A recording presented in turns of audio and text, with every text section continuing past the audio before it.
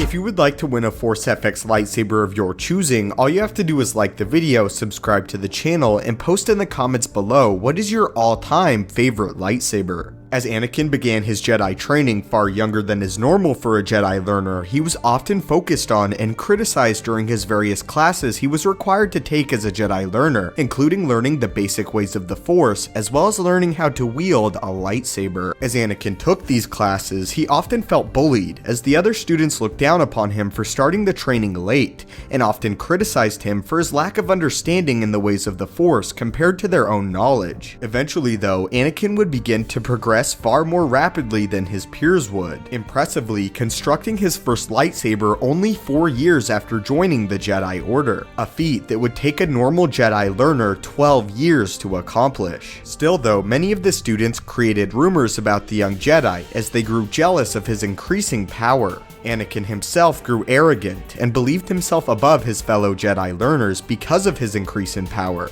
This is where the instructors at the Jedi Temple took note, as they would often heavily criticize Anakin despite him clearly being the most gifted of all the students. Because he was the most gifted, he was also pushed the hardest. His education is complicated. He came to us later than we would ordinarily have liked. Obi-Wan took on an extremely difficult task when he accepted Anakin as his Padawan. As Anakin continued to progress, the young Jedi got it within his head that his Jedi instructors did not want him to succeed in becoming a full-fledged Jedi Knight. Anakin formulated this thought because he believed many of the Jedi Masters were angry that the Council had refused to let him join initially and that Qui-Gon Jinn eventually convinced them. Anakin became convinced that his Jedi instructors, especially his lightsaber instructor, wanted him to fail, as his very presence went against the initial wishes of both Mace Windu and Master Yoda. Because of this, Anakin pushed himself harder and further and became stronger, but in the process became even more arrogant. On one occasion, Anakin programmed a sparring droid to mimic the lightsaber techniques of Darth Maul and brutalized the droid in the process in front of Mace Windu as well as Palpatine. Anakin did this to prove his superiority over the other Jedi students. Anakin began to believe that ever since the beginning, the Jedi did not want him to live up to the idea that he was the chosen one, and believed that many of the Masters of the Order didn't want him at the Jedi Academy, despite him being the star pupil. Anakin knew that more was expected out of him, but also felt as though it might have been too much, as his accomplishments were overlooked, and his failures were magnified during his training. Unfortunately, Anakin would never really grow out of these feelings, despite help from his master Obi-Wan. Deep inside, Anakin always resented the Jedi for not appreciating his power in the Force and inherent skill with the lightsaber. He felt as though power meant too little to the Jedi. Even just before his fall to the dark side of the Force, Anakin was unsure of the Jedi and their views on him,